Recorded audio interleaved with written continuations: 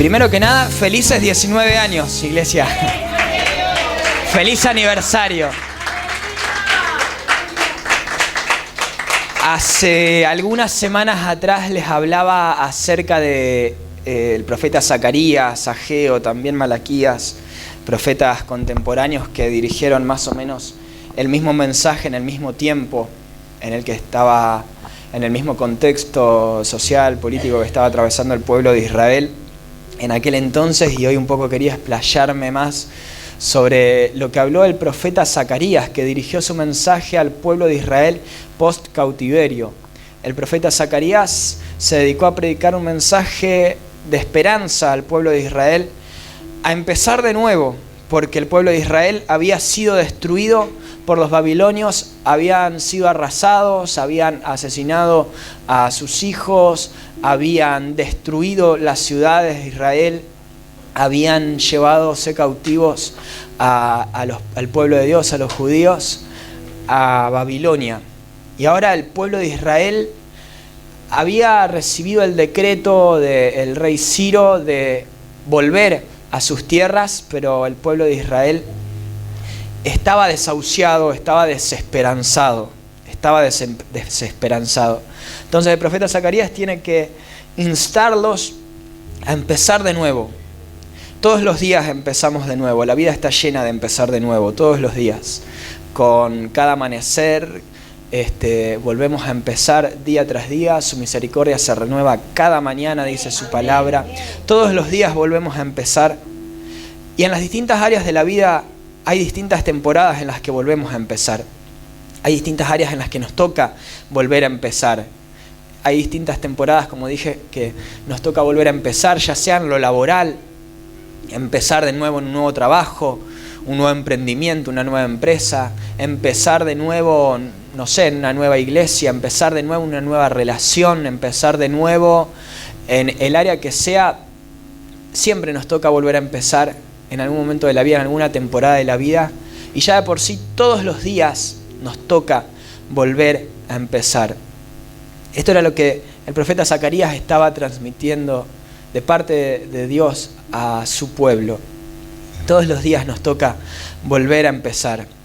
Jesús dijo: recuerden que cada día tiene su propio afán. No van a poder añadir un codo a su estatura por preocuparse en qué comeremos, qué beberemos, qué vestiremos. No van a poder añadir un codo a su estatura si no viven el día a día. La vida se vive un día a la vez. Y muchas veces, lamentablemente, vivimos la vida enfocados o en el pasado, añorando lo que pasó, lamentándonos por lo que pasó, preguntándonos qué hubiese sido, qué hubiera sido si hubiésemos hecho esto, aquello, si hubiese sucedido esto, aquello, si hubiéramos accionado de tal manera. Y vivimos añorando el pasado, y eso nos hace perder el gozo, la alegría, el gozo de su salvación, la esperanza.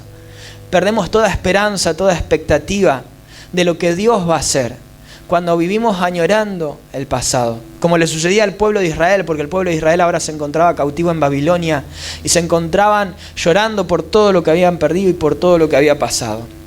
Y en otras ocasiones vivimos la vida enfocados, montando escenarios falsos en nuestra mente de todo lo que puede llegar a pasar, de todo lo que va a pasar, casos hipotéticos, haciéndonos la cabeza por distintas situaciones, pensando en ¿y cómo vamos a reaccionar? ¿Y qué va a pasar si pasa esto? ¿Y qué va a suceder?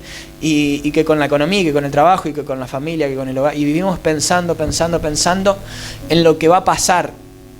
Y no podemos descansar en Dios. Perdemos nuestra confianza en Dios pensando en lo que va a pasar. Y el ayer ya pasó, y el mañana no te corresponde. La vida se vive día a día, lo que te toca vivir hoy. Recuerda, cada día tiene su propio afán. No, de nada nos sirve preocuparnos y pensar en lo que va a pasar. Y nada nos suma pensar en lo que ya pasó. Es necesario vivir el día a día, el presente, lo que te toca vivir hoy, lo que te toca atravesar hoy, lo que te toca cargar hoy, el peso que te toca cargar hoy. No podés cargar con el peso del ayer ni con la preocupación de mañana. No podés. Entonces es necesario vivir el día a día. Porque si vivimos preocupados pensando en lo que va a suceder, Eso demuestra también nuestra falta de confianza en Dios, nuestra falta de fe en Dios, en lo que Dios va a hacer, en que Dios tiene cuidado y control de todas las cosas.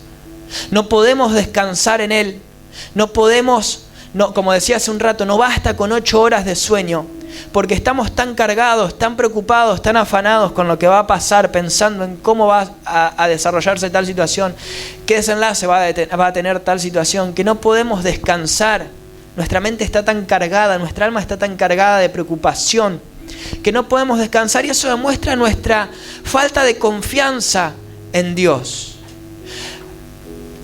Pedro decía, echen todas sus cargas a Él, aquel que tiene cuidado y control de vuestras vidas. Echen todas sus ansiedades delante de aquel que tiene cuidado y control de sus vidas, y dejen que su paz, que sobrepasa todo entendimiento, llene sus corazones.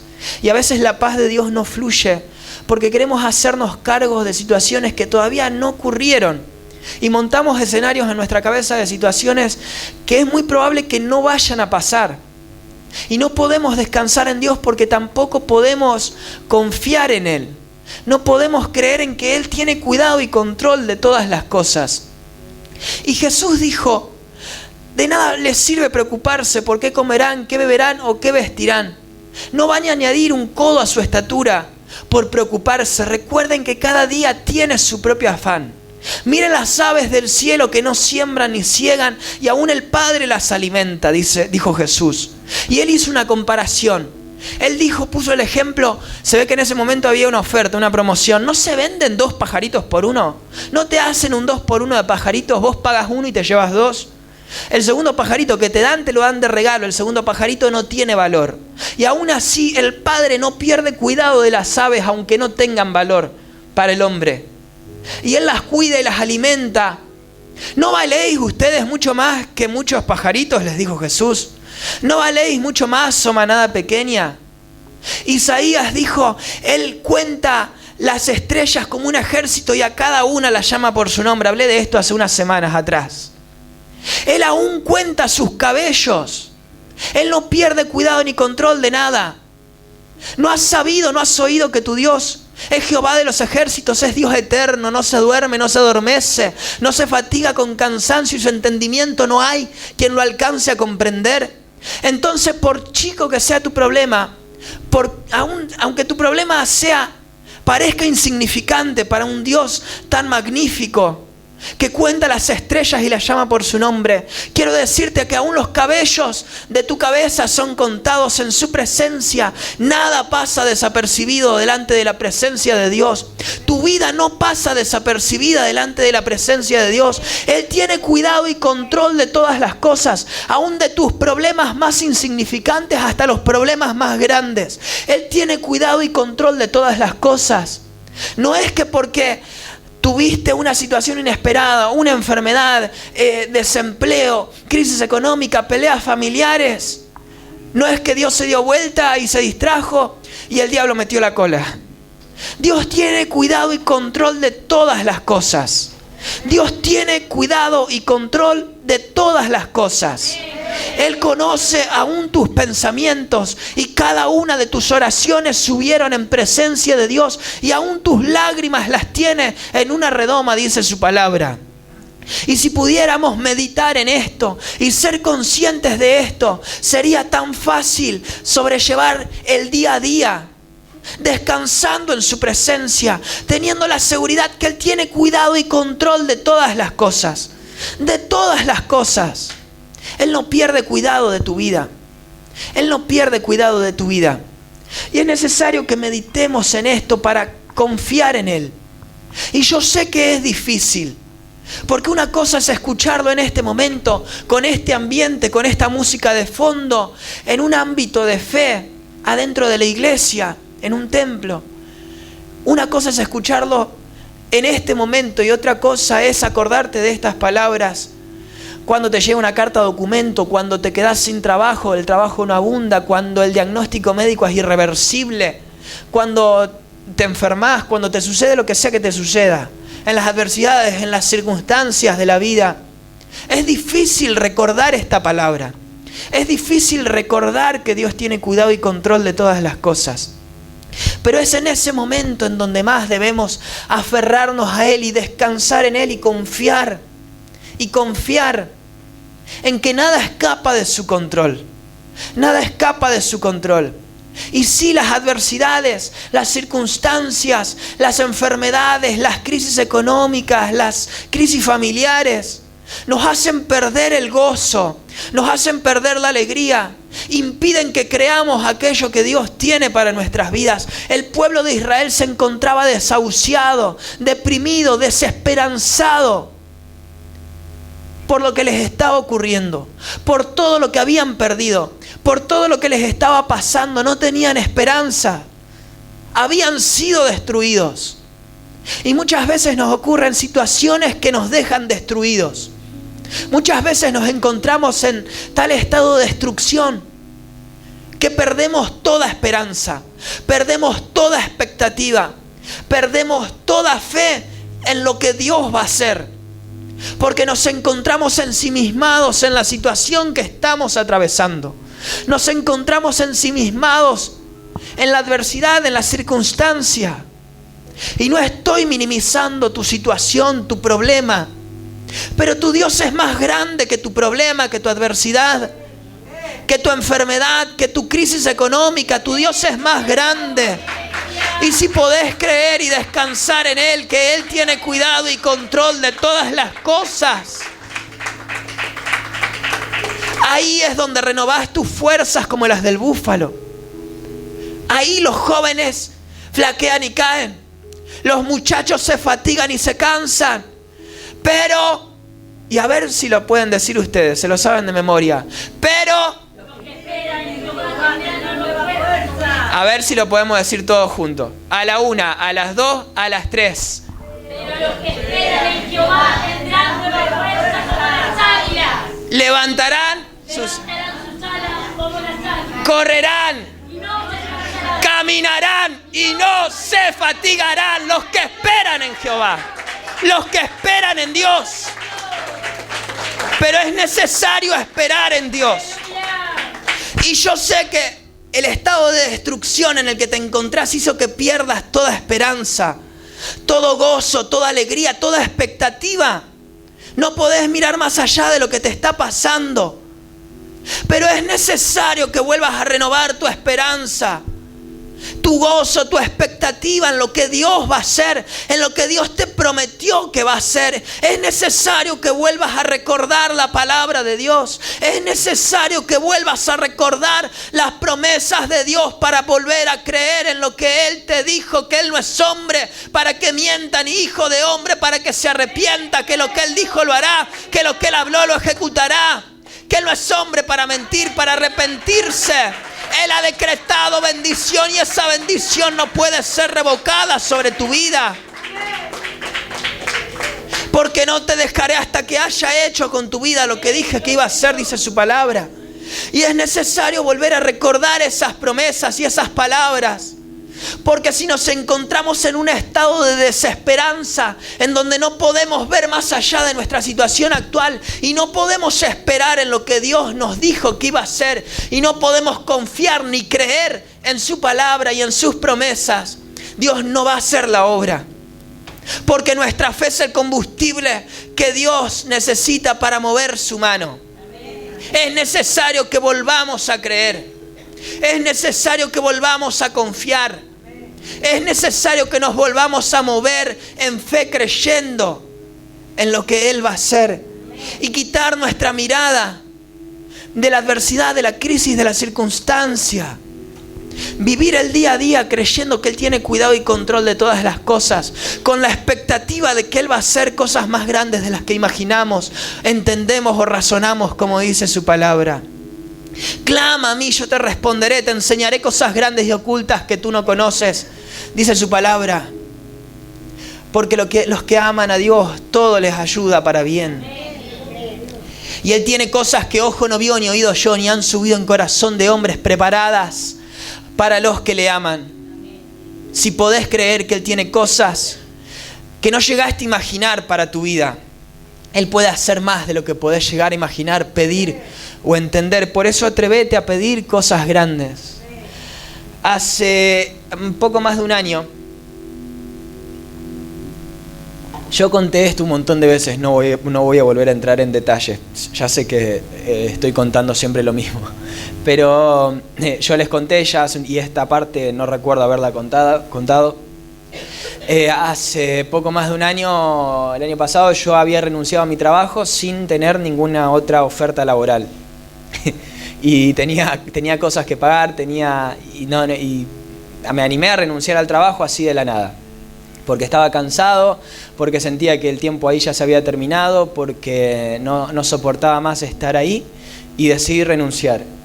Pasaron una serie de cosas. Los primeros días yo no podía dormir de la ansiedad que tenía, no podía descansar, estaba agobiado, lleno de ansiedad, hasta que en un momento, primer miércoles de junio del año pasado, en la reunión del Espíritu Santo en este lugar, la reunión que tenemos todos los miércoles, estábamos orando y viene a mi memoria una palabra de Dios. No tengo nada con los que se autoproclaman profeta, pero yo no me considero como tal, pero sí sentí muy fuerte el Espíritu Santo trayendo una palabra a mi memoria y tenía la total certeza, la total seguridad de que era el Espíritu Santo el que me estaba hablando. Insisto, no, fue el Espíritu Santo. Y recuerdo que el Espíritu Santo trae a memoria aquella palabra de Obed-Edom. No sé si recuerdan la historia. La Biblia narra que el rey David había vuelto a traer el arca del pacto que representaba la mismísima presencia de Dios. Vuelve a traerla a Israel porque se la habían llevado, se la habían robado. Y cuando la vuelve a traer, dice que en un momento la presencia de Dios trastabilla, la traían sobre asno, si mal no recuerdo, trastabilla, y uno de los hombres de David para sostener el arca, que el arca no se caiga, pone su mano profanando el arca del pacto que representaba la presencia de Dios, y en ese mismo instante es partido por un rayo. Entonces el rey David dijo: paren todo. Agarraron el arca del pacto y se la encajaron a Obed-Edom, que era un granjero que vivía en la zona justo en ese momento. Era el primer lugar que vieron y la guardaron en la casa de Obed-Edom. El arca del pacto en ese lugar estuvo tan solo 3 meses y en esos 3 meses Obed-Edom fue bendecido, su ganado fue multiplicado, sus cosechas fueron abundantes por el solo hecho de tener la presencia de Dios en su casa. ¿Cuántos quieren recibir la presencia de Dios en sus hogares? Y en ese junio del año pasado, el primer miércoles el Espíritu Santo trae a memoria esa palabra y automáticamente es como si escuchara al Espíritu Santo decir 3 meses. Y de esa situación que yo estaba viviendo, sentí que en 3 meses Dios iba a revertir la situación. Dios iba a mandar su respuesta. Sentí como si el Espíritu Santo automáticamente activara un cronómetro de 3 meses en los que en 3 meses iba a resolver todo. Y fueron 3 meses de incertidumbre, pero ahí cambió mi perspectiva y comencé a descansar en Dios y a confiar en que Él tiene cuidado y control de todas las cosas. Y hoy, después de más de un año, doy testimonio de que en menos de 3 meses Dios envió la respuesta, respondió a mi necesidad, a lo que estaba esperando, en 3 meses de bendición. Esa palabra yo la recibí para mi vida en ese momento. Me sirvió para descansar, para confiar en Dios. Porque una cosa es creer que Dios va a resolver una situación y esperar y no saber cuándo. Y otra cosa es tener la fecha de cuándo Dios va a resolver la situación. Pero hoy no sé si se atreven, insisto, no soy profeta, pero si alguien se atreve a creer y a recibir esta palabra, que se activa desde el día de hoy. 3 meses de bendición. ¿Cuántos quieren recibir la presencia de Dios en sus vidas desde este momento? En este aniversario de 19 años que estamos cumpliendo. Declaramos 3 meses de bendición sobre cada vida. ¿Cuántos se atreven a recibir esta palabra de Dios? En solo 3 meses vas a ver la mano de Dios. Espera en la presencia de Dios. En solo 3 meses vas a ver su poder manifestarse. Esta es la primera palabra. El pueblo de Israel se encontraba desahuciado, desesperanzado por la situación que estaban atravesando. Dice la palabra de Dios, narra uno de los salmos, que junto a los ríos de Babilonia colgaron sus arpas en los sauces y se sentaban a llorar. Y los babilonios le decían, canten uno de los cánticos que cantaban en Israel. Y ellos le decían cómo hemos de cantar el cántico de Jehová en tierra extraña, en tierra extranjera. Porque lo primero que hace la adversidad, la crisis, la circunstancia es robarnos el gozo, la alegría. Y apagar nuestras voces, dejamos de adorar, dejamos de clamar, de buscar a Dios. Y la tristeza es tal que todo lo que podemos hacer es como el pueblo de Dios, como Israel, que se sentaban junto a los ríos de Babilonia a llorar. Y los mismos babilonios, los mismos enemigos les decían, canten como cantaban en Israel, canten como cantaban en Judá, en Jerusalén. ¿Cómo hemos de cantar? Pero el momento de mayor tristeza, el momento de cautiverio, el momento en el que te sentís desesperanzado, desahuciado, deprimido como se encontraba el pueblo de Israel, es donde más tenés que levantar tu voz y adorar a tu Dios creyendo en lo que Él va a hacer. Y a muchos se les apagó la alegría, el gozo, el canto, perdieron el deseo, el ánimo, la expectativa de vivir por causa de la situación que les tocó atravesar. Muchos perdieron el gozo, perdieron el deseo, las ganas de cantar, de adorar a Dios. Y vienen y se congregan y cantan una canción aprendida de memoria, pero no hay gozo en ello, no hay alegría, no hay esperanza. No están adorando verdaderamente, están cantando una canción aprendida de memoria. Están repitiendo como quien repite el himno en un acto, pero no están adorando verdaderamente a Dios. Y es necesario que en los momentos de desesperanza, de cautiverio, de soledad, de tristeza, de depresión, elevemos nuestro cántico a Dios, abriendo nuestro corazón a Él. Que Dios toma nuestra adoración cual perfume grato de alabanza. Es necesario que levantemos nuestras voces nuevamente, pero eso lo podemos hacer nuevamente abriendo nuestro corazón y nuestras expectativas a creer en lo que Él va a hacer, en lo que Él va a derramar. No soy ajeno a la realidad, vivo con los pies en la tierra, no vivo en una burbuja. No quiero tirarte una palabrita motivacional para que tironees una semana más. Yo sé que muchas veces la situación se hace difícil. La situación familiar, económica, laboral, social, lo que sea que estés atravesando, yo sé que se hace difícil. Pero es necesario que volvamos a poner nuestra esperanza en Dios, nuestros ojos en Cristo, que es el autor y consumador de la fe, creyendo que Él va a hacer más de lo que pedimos, entendemos o esperamos. Es necesario que volvamos a confiar en Él. Pero ahora el pueblo de Israel se encontraba cautivo en Babilonia. Y no podían aferrarse a lo que Dios iba a hacer. No podían creer en lo que Dios iba a derramar, en lo que Dios iba a hacer. Por todo lo que habían perdido, se encontraban añorando el pasado, se encontraban lamentándose por todo lo que habían perdido. No podían enfocarse en que Dios quería hacer más, en que Dios quería darle cosas grandes, en que Dios quería darles maravillas. Ezequiel dijo, el Espíritu de Jehová me llevó a un valle lleno de huesos secos. Conocemos esta palabra de memoria. Un valle lleno de huesos secos en gran manera. Y dice que Dios le dijo en ese momento, estos huesos representan a la casa de Israel. Ellos dicen, nuestros huesos se secaron y pereció nuestra esperanza y fuimos del todo destruidos. Así se encontraba el pueblo de Israel en Babilonia cuando estaban cautivos. Se sentían destruidos. Estaban en un estado de muerte espiritual, desesperanzados. La desesperanza apaga nuestro espíritu.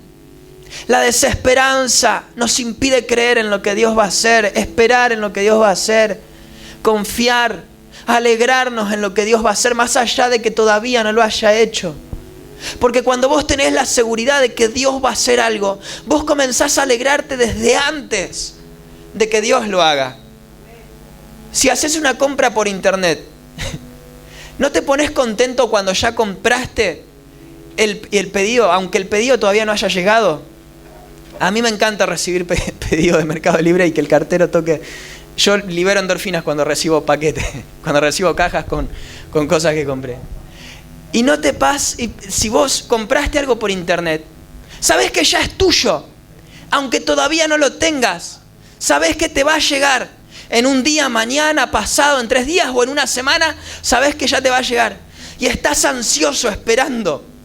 Estás esperando a que te llegue la caja, que el cartero toque a tu puerta y te traiga el paquete que estás esperando. Y cuando abrís la puerta y recibís el pedido es... Lo mismo pasa con las promesas de Dios. Esas promesas de Dios ya son tuyas. Esas promesas de Dios vienen en camino. Lo que Dios dijo que iba a hacer sobre tu vida viene en camino, iglesia. No sé cuándo va a llegar, pero viene y ya es tuyo si te atreves a creer. Si te atreves a confiar y a esperar. Entonces alegrate desde ahora, como si ya lo tuvieras. Alegrate desde ahora porque ya es tuyo, como si ya lo hubieras recibido. Alegrate desde ahora aunque no lo veas. Eso es lo que el profeta Zacarías quería transmitirle al pueblo de Dios.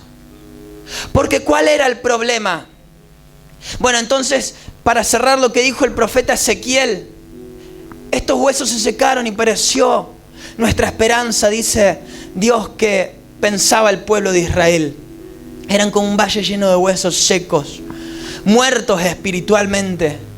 Y Dios le dice a Ezequiel: profetiza, hijo, profetiza y di: espíritu, ven desde los 4 vientos y sopla sobre estos huesos y estos huesos vivirán. Y profeticé como me fue enviado, dijo Ezequiel. Y aquí que cada hueso comenzó a unirse con su hueso, y tendones comenzaron a brotar de ellos, y un ejército grande y extremo se levantó. Pero profetiza que de esos huesos secos Dios puede levantar un ejército grande y extremo. De lo que parecía muerte, de lo que parecía no tener vida, de lo que parecía estar seco. Cuando Dios sopla, Dios hace todo nuevo. Dios es creador. Cuando Dios sopla, Él puede levantar de lo que estaba muerto un ejército grande y extremo si te atreves a creer en lo que Él te dijo, en lo que Él te prometió. Pero había un problema. El pueblo de Israel se había acostumbrado al cautiverio. Habían sido desolados, destruidos, sus hijos habían sido asesinados y habían sido llevados cautivos a Babilonia. Y ahora el pueblo de Israel se había acostumbrado a Babilonia porque Babilonia era una gran metrópolis, rica, estaban bien económicamente. Y el pueblo de Israel se había acostumbrado a Babilonia. ¿Y para qué iban a querer volver a Israel? ¿Para qué iban a querer volver a las ciudades asoladas, en donde todo lo que quedaba era escombros? ¿Para qué iban a querer volver? Para encontrarse nuevamente con la destrucción que habían dejado atrás, con la muerte, con la soledad. ¿Para qué iban a querer volver? Entonces el pueblo, Dios levanta a Zacarías para que le hable al pueblo de Israel, para instarlos a volver nuevamente a su tierra. Hay gente acá que se siente destruida por la situación que les tocó atravesar. Pero ya se terminó el tiempo de destrucción, ya se terminó el tiempo de la crisis, de la adversidad. Y es necesario que salgas de esa comodidad, porque mucha gente se acostumbró a ese estado de depresión, de desánimo, de desesperanza. Uno se acostumbra a maldecir, uno se acostumbra a quejarse. Yo me acuerdo que estaba tan mal en el otro trabajo que ya se me había vuelto costumbre quejarme todo el tiempo. Y había un compañero con el que nos entendíamos porque trabajábamos de lo mismo y ya estábamos podridos y cuando nos juntábamos a quejarnos. Y es hermoso acostumbrarte a quejar porque te quejas y te quejas y te quejas. ¿O no les pasa? Se acostumbran. Uno se acostumbra a la depresión, uno se acostumbra a la tristeza, uno se acostumbra al enojo. Y en lugar de querer salir de ese estado como ya está acostumbrado, permanece. Y alimenta la queja, y alimenta el enojo, y alimenta la tristeza, y alimenta la depresión. Y uno no se da cuenta de lo que está haciendo. Entonces Dios tiene que levantar a alguien para que traiga una palabra como esta, para moverlo de ese estado de destrucción, de muerte espiritual en el que se encuentra, de desesperanza. Para que aunque tu realidad sea totalmente distinta a lo que Dios te dijo, vuelvas a enfocarte en lo que Dios te dijo y vuelvas a esperar en lo que Dios te dijo. Y dejes de llorar y dejes de maldecir y dejes de quejarte. Lloraste todo lo que tenías que llorar bien. Te quejaste bien, pero ahora es necesario salir. Ahora es necesario mirar más allá. El tema es que a veces no tenemos el valor para hacerlo, como le sucedió al pueblo de Israel. Porque el pueblo de Israel, sí, Dios los iba a bendecir, pero el pueblo de Israel tenía que hacer algo. Tenía que levantarse, moverse y salir del cautiverio. Y no solo eso, sino volver a enfrentarse con las ruinas de Israel, con los escombros que habían quedado en Israel, en sus ciudades. Tenían que volver a encontrarse con sus hogares destruidos. Tenían que volver a encontrarse con la realidad de que sus hijos ya no estaban con ellos. Tenían que volver a encontrarse con una tierra asolada, desierta, donde lo único que había era escombros, destrucción.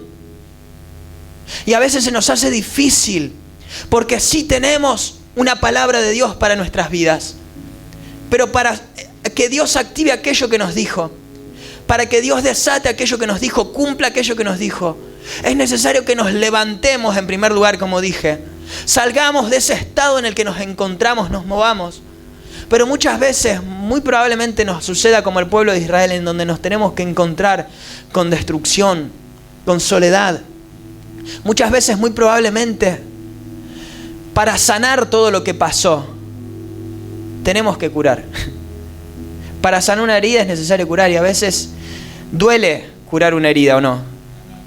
Y al pueblo de Israel se le hacía difícil volver a enfrentarse con todo lo que habían perdido, lo que les había quedado atrás. Volver y encontrarse con lo que algún día fue su hogar, hoy era escombros. Era difícil y es entendible. Es entendible que tengas miedo de volver a empezar. Es entendible que tengas miedo de volver a empezar. Y de eso se trata esta palabra, y así comencé. Pero Dios quiere instarte a volver a empezar. Que dejes el pasado atrás. Ya está, ya lloraste por lo que perdiste. Lloraste todo lo que tenías que llorar. Pero es necesario que dejes el pasado atrás. Que dejes a un lado lo que ya pasó. Es necesario que salgas de ese estado. Y aunque te tengas que encontrar con escombros y tengas que volver a empezar, y te duela que todo aquello por lo que trabajaste tanto, hoy es escombros, hoy es soledad, hoy es destrucción, puedas creer que tu Dios puede reconstruir. De los escombros Dios puede reconstruir. De los escombros Dios puede hacer cosa nueva. De un valle lleno de huesos secos Dios puede levantar un ejército grande y extremo. Y de los escombros Dios puede hacer algo nuevo sobre tu vida, más grande de lo que te imaginás, más grande de aquello que habías perdido, más grande que aquello que dejaste atrás, más grande que aquello por lo que lloraste. Dios puede hacer cosas aún mayores con los escombros. Y sí, es muy probable que te tengas que encontrar con los escombros.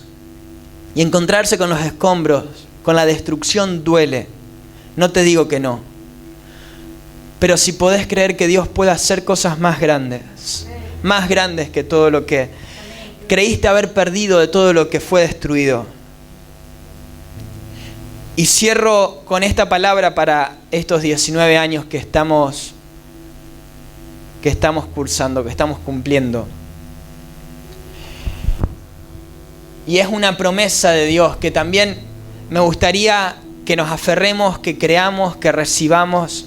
Es una promesa de Dios que quiero soltar en esta noche sobre aires del cielo. Y si les parece, ya que estamos, nos ponemos de pie para recibirla. Y aquellos que tengan a bien recibir esta promesa para la casa, para aires del cielo, si quieren levantar sus manos.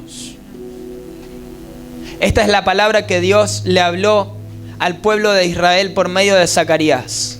Corre, habla a este joven diciendo: sin muros serás habitada Jerusalén, a causa de la multitud de hombres y ganado en medio de ella. Y seré para ella, dice Jehová, muro de fuego en derredor, y para gloria estaré en medio de ella. Viene un tiempo de abundancia sobre la casa. Viene un tiempo de abundancia sobre tu vida si te atreves a creer. No va a haber límites, no va a haber murallas, porque es tan grande la bendición de Dios para tu vida, para la casa, para Aires del Cielo, que de nada sirve poner límites. Tu bendición no va a tener límites, iglesia. Tu bendición trasciende territorios. Tu bendición trasciende la geografía. Tu bendición es tan grande si te atreves a creer, iglesia. Recibí esta palabra. Recibí esta palabra. Extiende el sitio de tu tienda. Refuerza tus estacas. Las cortinas de tus habitaciones sean extendidas. No seas escasa, porque te extenderás a la derecha y a la izquierda. Aires del Cielo. ¿Cuántos se creen parte de esta casa? ¿Cuántos se creen hijos de esta casa de Aires del Cielo? Quiero desatar esta palabra sobre Aires del Cielo. La abundancia que ha de venir a esta casa será tan grande que no la vamos a poder contener ni retener en estas 4 paredes. No vamos a tener límites. No vamos a tener un salón territorio en el que nos podamos establecer, porque es tan grande lo que Dios va a hacer que como Jerusalén sin muros serás habitada, le dijo Dios. La bendición que ha de venir sobre esta casa es tan grande si te atreves a creer. Sellamos esta palabra en estos 19 años en el nombre de Jesús de Nazaret.